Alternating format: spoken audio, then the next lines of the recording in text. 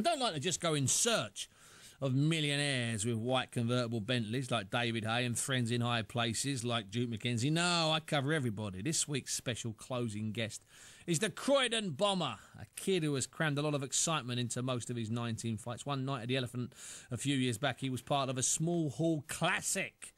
And I'm not joking, that was some night. Last week he was a super sub in prize fighter. He never got the chance to fight. Instead, he just got his few quid and left the York Hall.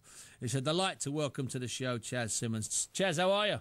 Hello, Steve. Yeah, thanks, mate. Yeah, I just had Duke McKenzie on, who's got an MBE for services to boxing in Croydon.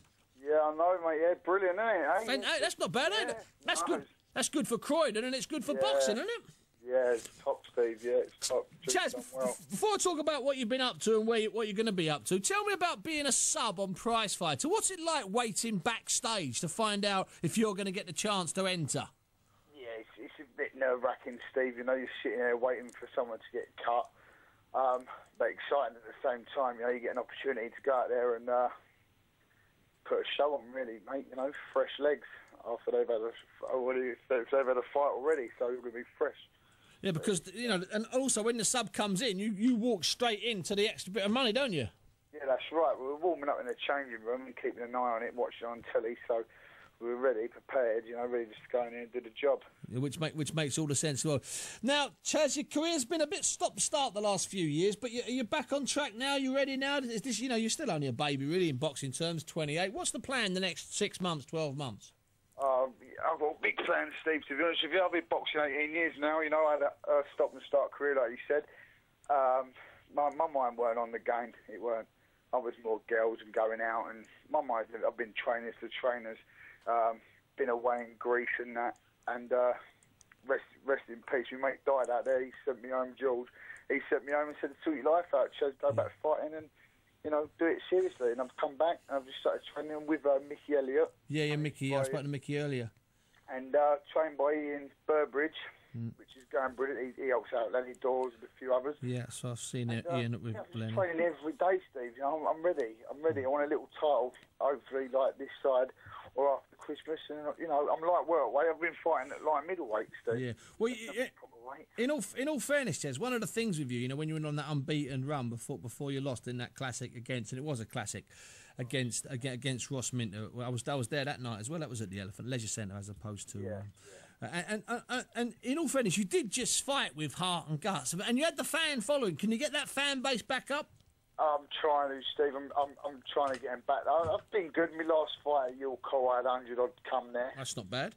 So they come in. I normally do 250, 300 tickets, Steve, plus get people on the door. So yeah, I'm trying to get them back. You know, I need them all to believe in me now that I'm back for good. I'm going to bring home the title, definitely, Steve. I'm doing light welterweight now, so you know that division. I'm going to take it apart. To be honest, Steve, I ain't worried about not one fighter in there. And so the other thing is Chas, is that you've got to make sure that the fans see some sort of progress, because once they come out 4 or 5 times, and it always happens. As soon as a fighter has a loss, a lot of those fans, they sort of jump off the bandwagon. They jump off the show. So you know, you've got to convince them that you're worth them spending their 35 quids on.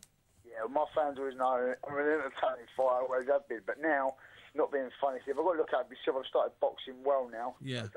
Last fight at York Hall against Jason Nesbitt, I know it's Jason Nesbitt. Doesn't matter, he's still a good survivor. He's still in there to give it a go.